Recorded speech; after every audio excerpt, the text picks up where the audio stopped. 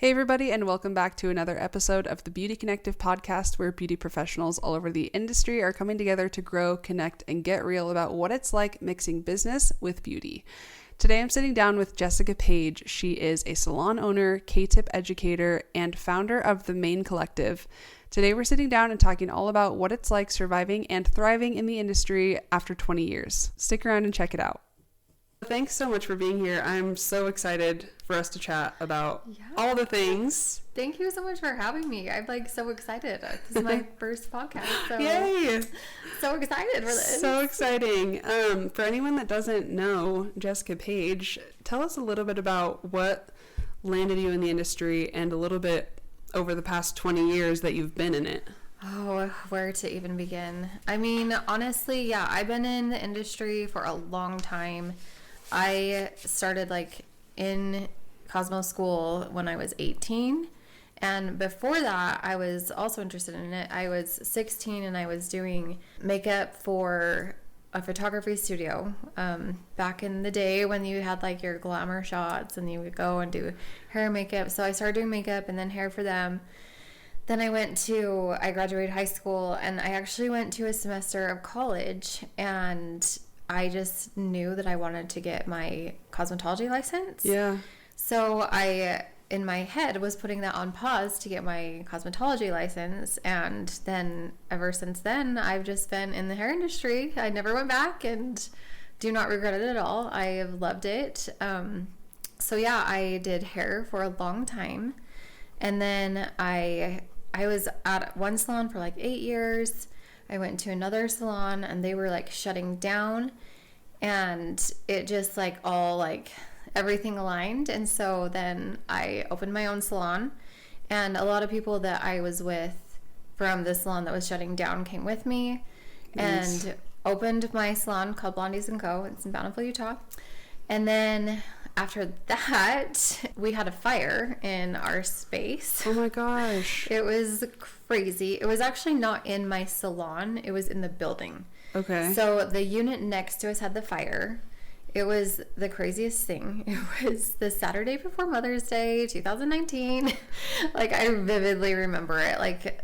I got a call and they're the building's on fire. And so I went, and my gosh. It was crazy, but we didn't have any flame damage. Yeah. So I went, we waited for the fire department to put everything out, and hours later, it was a crazy fire, but hours later, went into the salon. I'm okay, nothing is burned. I think we'll be fine on Monday. And that was not the case. I didn't know anything about fires and the damage. Yeah. We had smoke damage.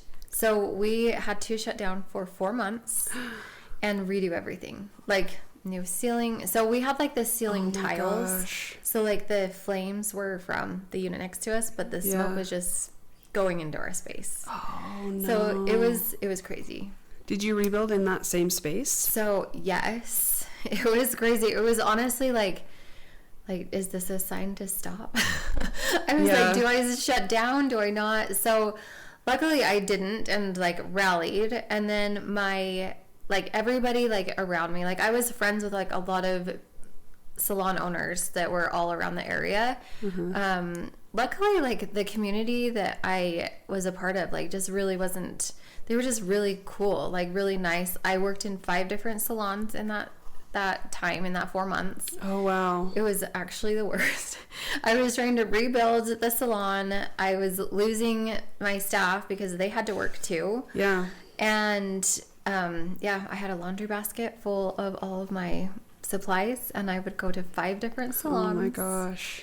But I mean, it was terrible, but I was so excited to get back into it. I rebuilt my stylists completely from I think I had three that came with me that was okay, just stuck it out.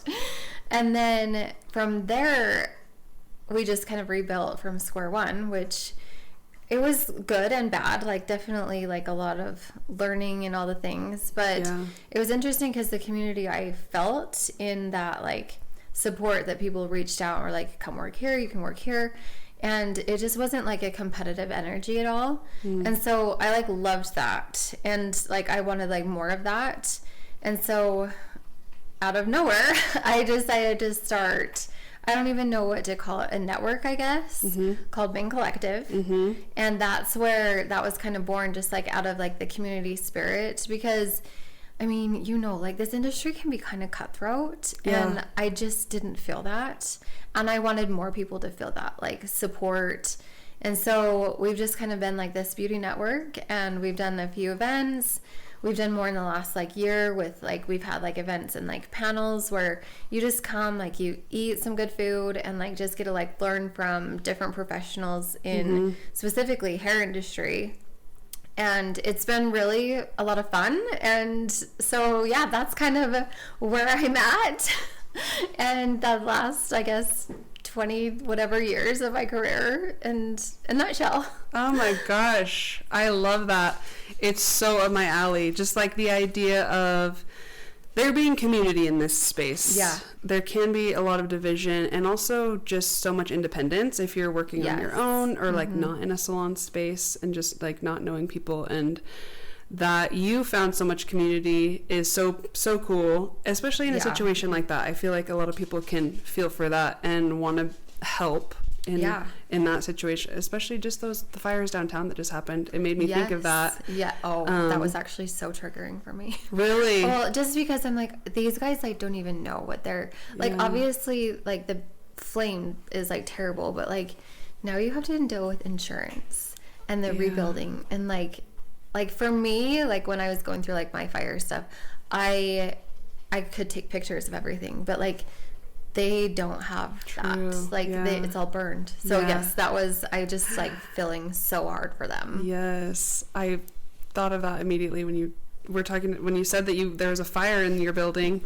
And I love that it's like these things all happen, but then it always leads to something better, something cooler, something exactly more inspiring. Yeah, I mean, you kind of have to go through it to like get on the other side, and then like, I don't know, hindsight's 2020, and you're like, okay, like it was terrible, but like now I've learned a lot and connected with so many people, and so I don't know, it's crazy.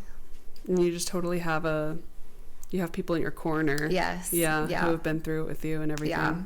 It's so cool to see like the people that like I said, reached out and like just were able to like kind of go through that with me. So yeah, and built the main collective from it, and here we are. Yeah, I want to get into the main collective, but before we do that, I want to talk a little bit about just being in the industry for 20 years.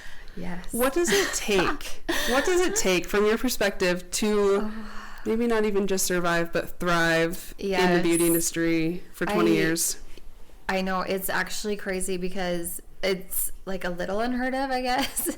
20 years in this industry is a lifetime, honestly. Yeah. I don't think a lot of people will enjoy it for that long, but it's interesting because I still do.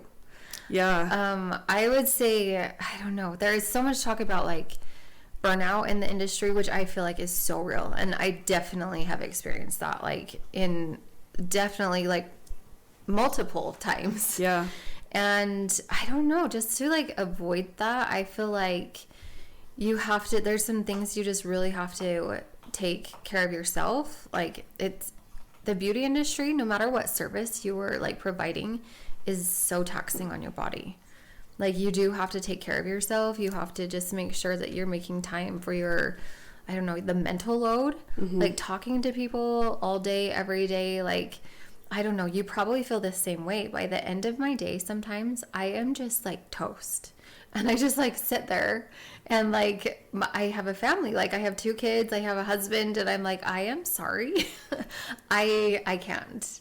And like just have to like really recognize that. I don't know that I'm the best at it, but being in the industry this long, I feel like I know what, like, if my day is gonna be crazy, I kind of let my husband know, and I have little kids, so they won't like grasp it, but I'm like, today's gonna be rough. Yeah. And so they just kind of know. And then I don't know, as far as like you said, thriving in the beauty industry, that I feel like is a little bit harder, just because you kind of get comfortable, right? Like you kind of just get in your space. you get with your clients, like, I don't want to say same old, because like I appreciate my clients so much, and you just kind of get comfortable, I guess. Yeah. And a routine and yeah, exactly. A routine, and like seeing the same people like week after week. But I will say, like, I don't know, you hear all the things like the comfort zone, like you're not going to see growth in the comfort zone.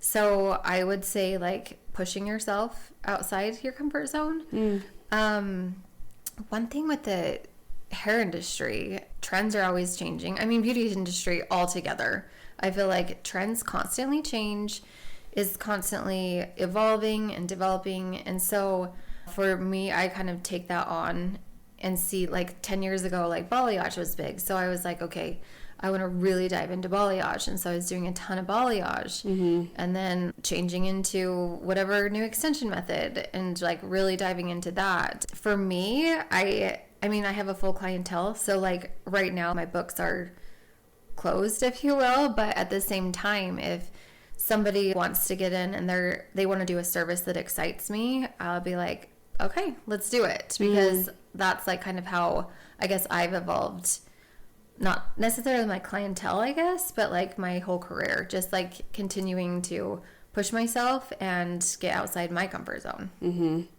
We talked before, and we were kind of talking about how to keep going in the industry, to do what is exciting for you, or like follow what you feel more passionate about. Yeah. So I know that you mainly do K-tips now. Is that right? Yes and no. Okay. I still do a lot. So like my services are a lot of like lived in color, blonding, dimensional color, and then extensions as well. I actually still do a lot of like beaded row wefts. And then I've done K-tips for the last probably 3 years. Okay. So right now for me, I'm only taking on new K-tip clients. Okay. So I do a lot of that service still. I only take on new K-tip clients, if that makes sense. Got you. Okay, yeah. Just because, like we talked about, like that's what's kind of, one, I don't feel like a lot of people in my area are trained on K-tips. I feel like it's not something that people can find very easy. So I want to make that available. And I really find like the joy in that. It's like very creative for me. And like I was saying, I got to just go with whatever creative thing excites me, I guess. Yeah. What would you tell other stylists who maybe feel like they have to do what everyone wants rather than what they really want, or like honing in on what excites them? It's tricky because like obviously we would love just to be like, I'm only doing this service because that's what excites me, but also this is what's paying our bills too. So I mean, how I've kind of navigated that is I won't turn my clients that I have that are like paying my bills and that I honestly enjoy being around, I'm not going to turn them away, right? So I know a lot of hairstylists, they'll be like, I'm not taking only haircuts anymore. But for me, I don't do that. Like, I won't take on a new client for just like a haircut. But somebody that I've been with, especially, there's several of my clients that have like kind of just gone to their natural color and now we're only doing cuts, but I'm not going to turn them away. Is their cut not going to excite me? I mean, it could, honestly, because actually haircutting is, for me, I like haircutting because it does create a lot of freedom and it follows trends. Like, it does constantly change. But I don't know, I guess, sorry, this is like the longest answer to your question. No, you're great. I would say try to keep like your services as exciting as you can, but like your clients, try to like talk about what you're excited about. Because even my clients that I've done beaded row extensions on, like, K-tips aren't necessarily a good fit for everybody, but the ones that would benefit from them, I am talking to them about, because I've had some of my extension, my weft extension clients change into K-tip clients because, one, I genuinely think it's better on their hair for whatever reason. They have good density for it, whatever the reason. And now they're my K-tip clients. I don't do that with everybody, obviously, because if it's not a good fit, that I still want to keep them as a client and have them happy. And do what's best for them. But I would say just talking to your current clients about what's exciting to you. And also I would say when I've gone to classes and like I talk about my classes and stuff like that, people are like, oh wait, what did you learn? And then you can take what you learn and transition them into something that is going to be good for them there. Yeah. But for me, I really wouldn't advise getting rid of current clients. I would just try to shift energy into something new that's exciting you. And either like I am taking on new K-tip clients. Also, I have transitioned some of my current clients into K-tip clients. Yeah. So don't shoot yourself in the foot. Like, you have to pay your bills. Yeah. And it's, like I said, it's tricky because you have to pay your bills, but you have to have this creative energy. So it's a balance. Just like putting your energy into what you're excited about. Yeah. I like the way that you talk about your clients, and I can just tell by the way that you talk about them that your clients are important to you and that you have that loyalty with them. One of my pet peeves in the industry is when people make like snarky videos about their clients and post on social media. Like, nail techs will do it, where it's like they're kind of snarky about their clients, you know, hitting their nail in the lamp or whatever, or just little things. Yeah. And I'm like, it feels so disrespectful to clients who are the ones like paying your bills. Yeah. Well, and for me, I am definitely a people pleaser. So like if I see a video, like I've definitely hit my nail on the lamp, of course. But if I saw that and saw somebody posting that they're like complaining about that, I probably wouldn't go back to that person. Exactly. That's how I feel. I feel like I don't know why. And I mean, the hair industry is the same. Like, they'll do something and I'm like, you guys, you cannot rip on the people paying your bills. Yeah. Like, you're working so hard to build your clientele. Totally. You gotta be very loyal to your clientele. And then it makes all the rest of the clients feel like they're always doing something wrong. It's like, one of my clients the other day was just like, oh, sorry, I know I'm not supposed to do that. And I'm like, do what? Like, who told you that you're not supposed to do? Well, I saw a video that, you know, nail techs hate it when clients do this and this. And I was like, you're fine. It doesn't bother me. Yeah. You're fine. Like, well, at the end of the day, we're service providers. And if we're not willing to work with the public and their mistakes, might be in the wrong industry, because we are providing a service. Yeah. And customer service is like such an important part of that. Exactly. At my salon, I tell my stylists, you cannot complain about clients. It's one thing to vent and be like getting out a frustration about something specific, but you definitely cannot complain about clients, especially in front of anybody else. Totally. Vent to your safe person, like, that's totally fine. I think that is probably a healthy thing, but definitely don't be posting on social media or talking about it with anybody else. Yeah, I don't like it. No, I'm the same. Yeah. Let's kind of get into the business side that we're not taught. Oh, man. Yes. Let's get into it. What's one of the most important things that you think oh my gosh, people should learn about the business side? One, we're such like an independent industry, especially in this area. I don't know. I know a lot of other places do like a commission more. Mm-hmm. Utah specifically does, but also doesn't. We have, I would guess, more independent beauty pros, which is kind of scary because we have no business training. Like, we have none. I mean, in reality, I had no business opening a salon. Yeah. Luckily, my dad had been like a CFO of like a major company, and so he knew, like, he was able to set me up like what I should be doing. Still wasn't great at it, mm-hmm. but like I had that resource. One of the biggest things, how to price your services. Mm-hmm. I don't feel like anybody has any clue. You just kind of go off of what people around you are charging and kind of like try to be competitive and whatever. Tracking your product usage, tracking your rent, tracking all of your expenses. I would say like all accounting, honestly. Yeah. Oh my gosh, the financial side of... Which is, for me, honestly, the worst. It still stresses me out to like the max. And then also marketing.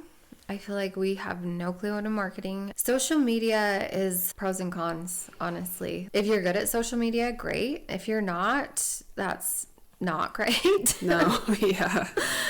it is a really good resource, but also I struggle with it. Mm-hmm. I don't have any desire to be an influencer, but do I have to put myself out there, live on social media? Yeah, I do. I would say marketing, the business, the financial part of it, those would probably be the two biggest for me.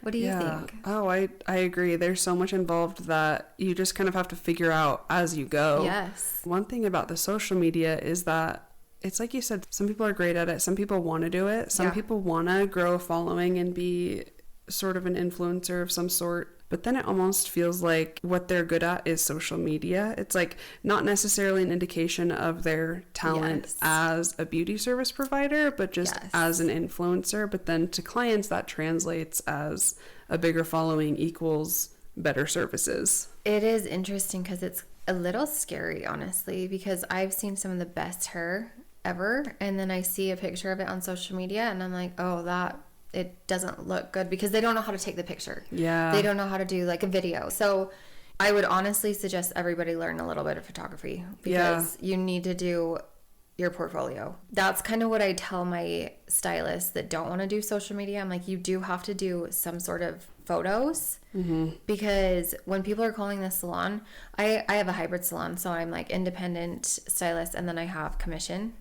So my commission stylist that the salon is getting clients for, people will like try to book with them, but then they'll go stalk their social media because that's their portfolio. Right. So you have to make sure at least you have something on there that's good for your advertisement. Right. But I agree. I feel like the social media part of it's so tricky. You don't have to be a good influencer or beauty influencer, I guess, to be a good stylist, but the marketing of it is very tricky. Because it's important, like you said, people have to see the quality of your work. Yes. In order to be want to come get your services. Absolutely. But even just the quality of your photo is not an indication of the quality of the work. No, it is not. Not at all. You can take a good picture. One, you can edit the crap out of pictures. Yeah. And two, if it's angled weird or something, the light is wrong, it doesn't necessarily translate to a photo. Or vice versa. You could take a great photo, but in real life, you're like, that is not what it actually looks like. Right. It's tricky. It's deceiving. I kind of hate it. Yeah, it can be. Yes. Yeah. Have you noticed clients having different expectations coming in based on a social media presence? Yes and no. Personally, no. I feel like, one, I've had my clientele for a really long time. And even the clients that I take on now, I usually know them somehow personally. So I would say personally, no. One, I didn't have to build my clientele in the social media era. Yeah. And it has evolved. I'm not doing the same clients I did 20 years ago. But yes, people coming into the salon, it's a little harder though, because they're coming for the salon and our salon reputation, not necessarily, I guess, my stylist Instagrams. They will go and like I said, stalk them a little bit, make sure that they can do good work. But as far as my perspective is, they're finding my stylist through the salon. My independent stylist, that could be different. But again, they're independent, so I don't necessarily know. They're in charge of they're in charge of everything. Yeah, they rent the space, they do their books, they have their own booking system. So I guess I haven't had experience with that. Yeah. But I can see that being a huge problem. Yeah. How has this made me think of this when you're talking about getting clients 20 years ago? How has client acquisition evolved over the past 20 years that you've noticed? Oh man. Okay, so I mean, when I started in the industry, moving spots, moving salons was a big deal, right? Because I mean, this is crazy, but literally it was your phone number. They could text you, but the information they had was all the salons. So if you were to leave the salon, if the salon didn't pass on your phone number or your information, they had no way to know where you were unless you had contacted them directly. So it was kind of a big, what salon are you going to work at? And then you kind of got to stay. Like I said, I was at one salon for 8 years. And then when I left that salon, I had my clientele. I mean, 8 years, that's a pretty significant time. But then it's interesting because as social media came on, I I was like, I should do a hair page, and like it was terrible, like everybody's was back then. And I do feel like social media is interesting in that I have been able to evolve my clientele with it. So I don't know, catch-22, I guess. I mean, again, long answer to your question, but it used to be a lot of reliance on the salon and their marketing, and now it's mainly the stylist marketing. I mean, the salons definitely can. Like we do have like a good reputation and bring clientele to my stylists, but yeah, it's 100% different. Yeah. It's crazy. How did salons used to market themselves before social media? Oh, gosh. I like don't even know. I mean, how would they even do that? I know. It was like a lot of advertising at the school flyers. Yeah. I don't know. Do you remember I don't know if they even still have those Hometown Values magazines? Oh, the yes. mailers. In the mail, yeah. Yep, you would do that, or mailers, or referral cards. If someone came into you, you'd be like, hey, here's the referral card. Get so many punches, get discount, which is still, I feel like, a good way to do it. Maybe not necessarily the cards, because nobody wants to carry around cards anymore. Yeah. But you relied on the salon to do marketing, and that was the business, and the business definitely should be doing that marketing for you. Mm-hmm. Now it's so different, 100% different. Totally, because stylists can bring in their own clientele, just their own marketing. Exactly. Based on their social media. Mm-hmm. Yeah. Do you guys mainly just do social media marketing now? Yeah. For the salon? We did I was kind of curious to see, like, I was talking to somebody and like, I'm going to try, we had an advertisement like a golf club. And I'm like, I wanted to see, and honestly, it didn't do much for us. Yeah. So we've seen the most from social media. Yeah. Yeah. It's crazy. Yeah. It's changed so much, but it's true. That's where everybody is. Yes. Everybody is on social media. All the time. So it's like, if you can target them, if you can figure out how to target the right people. Yes. They're there. Yeah. That's where they are. Yes, for sure. What are a few things that you think every stylist should start doing to grow their business? Once you get somebody in your chair, really take care of them. Go out of your way a little bit. Like, you don't have to be like crazy over the top, but like, if you give them a good hair wash, like a really good one, like it doesn't have to be like 15 minutes or anything, but if you're really like going like extra steps a little bit to get them back, that's going to go a long ways. Honestly, the easiest things to perfect in hair, like pretty quickly, would be your hair washes, blow dries. Honestly, I feel like a lot of people don't do the best blowouts, and that's something that people should definitely incorporate. People will go back for the blowout. And then pre-booking your clients. Like, pre-book every single client. Yeah. When they're leaving, like, okay, how many weeks do you like to go? And if they say that they'll call back, be like, okay, you totally can. Do you want to get something on the book just in case? You don't have to be pushy, but honestly, that's how I have built my clientele, and that's how a lot of my stylists have. Mm-hmm. And then you kind of like know what you're looking at financially as well. Pre-booking and really going the extra mile on the little things. Mm-hmm. Yeah, easy things to do, just actually doing them. Totally. People really... Those little things make people feel taken care of, like really seen. They really do. And that's a big thing.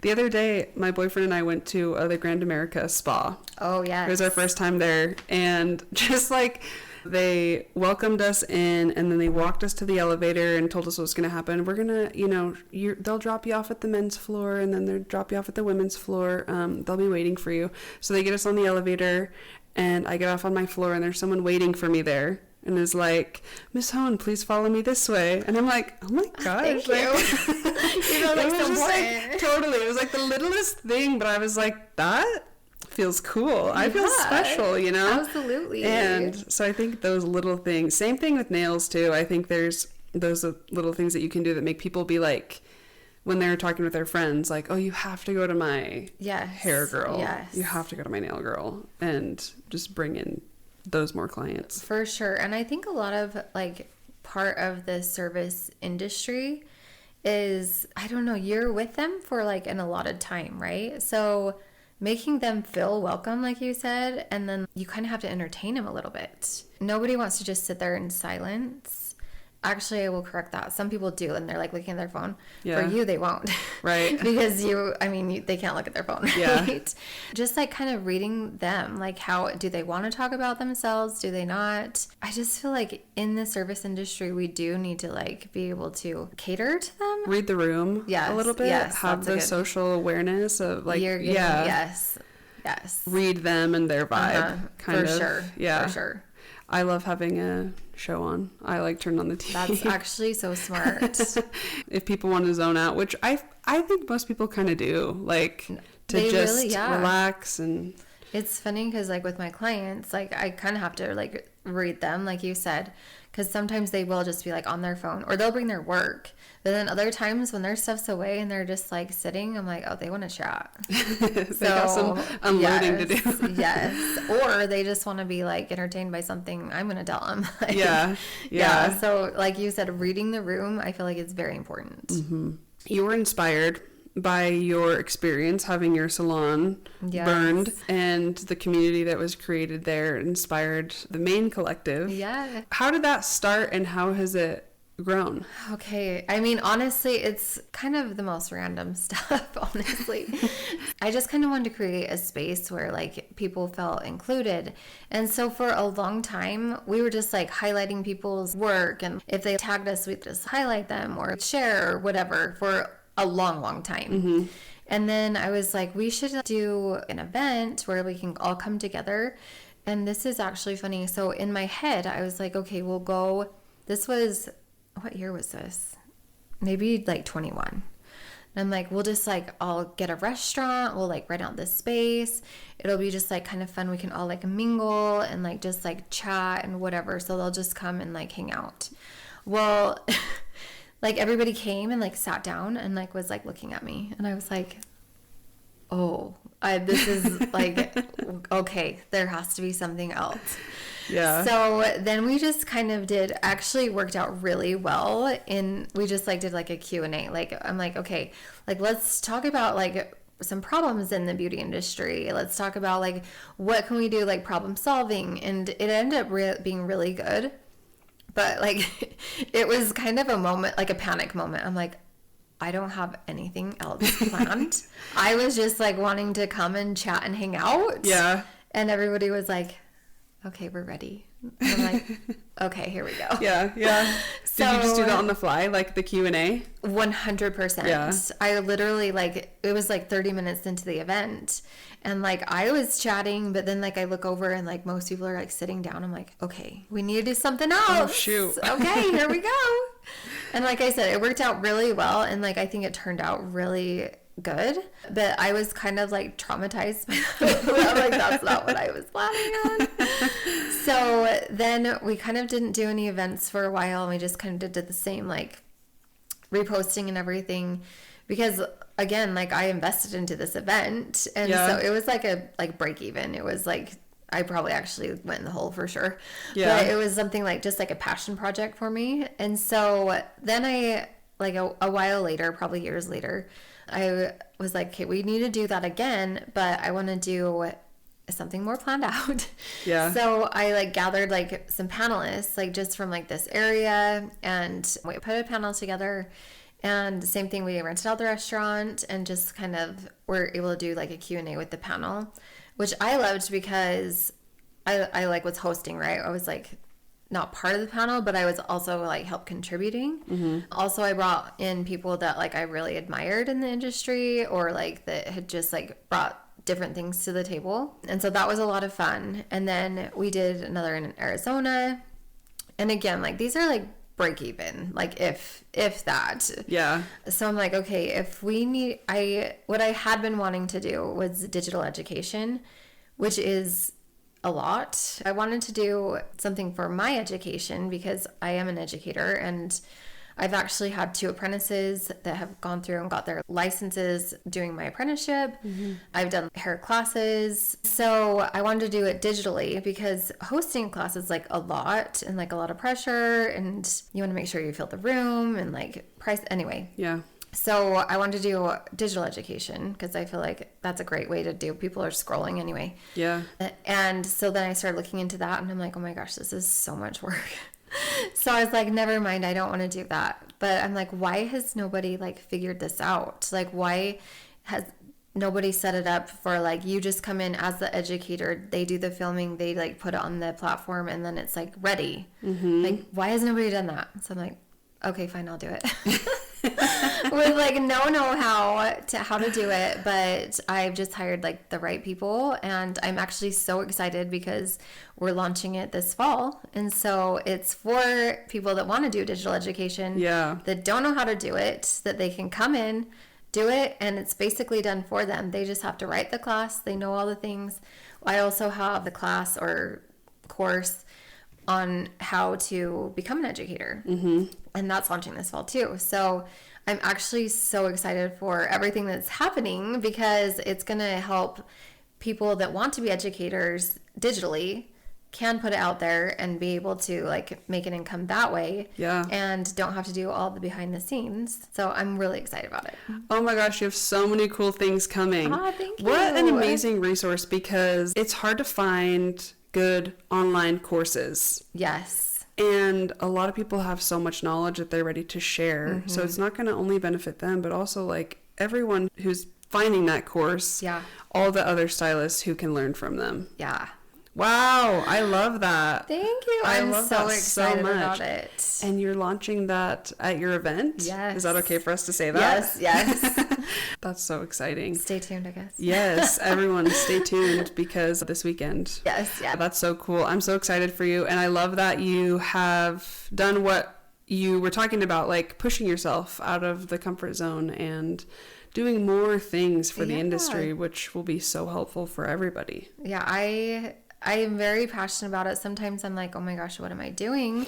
But at the same time, like I said, I'm very passionate about it. And so I'm excited for all the things coming for sure. Yeah, it's going to be huge. That's going to be huge for a lot of stylists. Oh, I hope so. I feel that in my soul. Like my family and my boyfriend, they know, like when I come to them and I'm like, I have a new idea, they're like, oh no. Oh my gosh, that sounds like my husband. I'm like, I have an idea. He's like, okay, let's hear it. Like, oh dear, what are we all in for now? I love that. So fun. Let's do a few rapid fire questions to end, wrap it up here. So stressed, okay. What is a beauty product you can't live without? Oh my gosh, like hair wise or like anything in general? Anything. Retinol. That I would say retinol. Yep. Well, you look gorgeous. Well, thank you. So nice. It's working. Yeah, thank you. What's your favorite way? You kind of mentioned earlier that like when you know you're going to have a long day, you kind of like warn your family. Yes. But what's the way that you like to unwind from those days? Honestly, this sounds terrible, but like I just like get home and I like just sit on the couch. Like I'll take care of my family, obviously, like I have kids. But then, like, after they're in bed, like, I will eat so many chocolate-covered pretzels and just watch TV and just, like, decompress. Like, I'm like, I need to, like, not think about anything. And, yeah, chocolate-covered pretzels are my vice. So, I'll just binge. It's great. Oh, we all do it. What's one thing people would be surprised to learn about you? I used to be an NBA dancer. No. Yeah, in my early 20s, I danced with Utah Jazz for 4 years. How fun! Yeah, I am surprised to learn that. It was actually the best. It was so much fun. That's so fun. Do you like watching the Dallas Cowboy cheerleaders? I love it. It's also a little triggering, but yes. Oh yeah, no, that makes sense. I love watching that show. Where can people connect with you or learn more about the main collective? Okay, so we have our website launching. So hopefully there, and like our Instagram, like that's where we're kind of just like the most active, just reposting a lot of highlighting stylists and reposting their work and kind of like letting people know what's up. So our website and Instagram, those are our main ones. If you want to come to the event, where can people sign up? On our website, if you just go to Instagram and like click our like in our little bio, it'll take you to where you can get tickets. So awesome. Come. Yes, in it's 2 days. So good. Yes. Yeah, on Sunday. And I'll be there too. So yay. It's gonna be fun. Awesome. Thank you so much for being here. So great talking to you. Thank you for having me. This was so fun. Awesome. Thanks so much for listening to this week's episode of the Beauty Connective Podcast. If you enjoyed this episode, we'd really appreciate it if you left us a review on YouTube or Spotify. And if you're a beauty service provider who's interested in growing your business outside of social media, check us out at thebeautyconnective.com.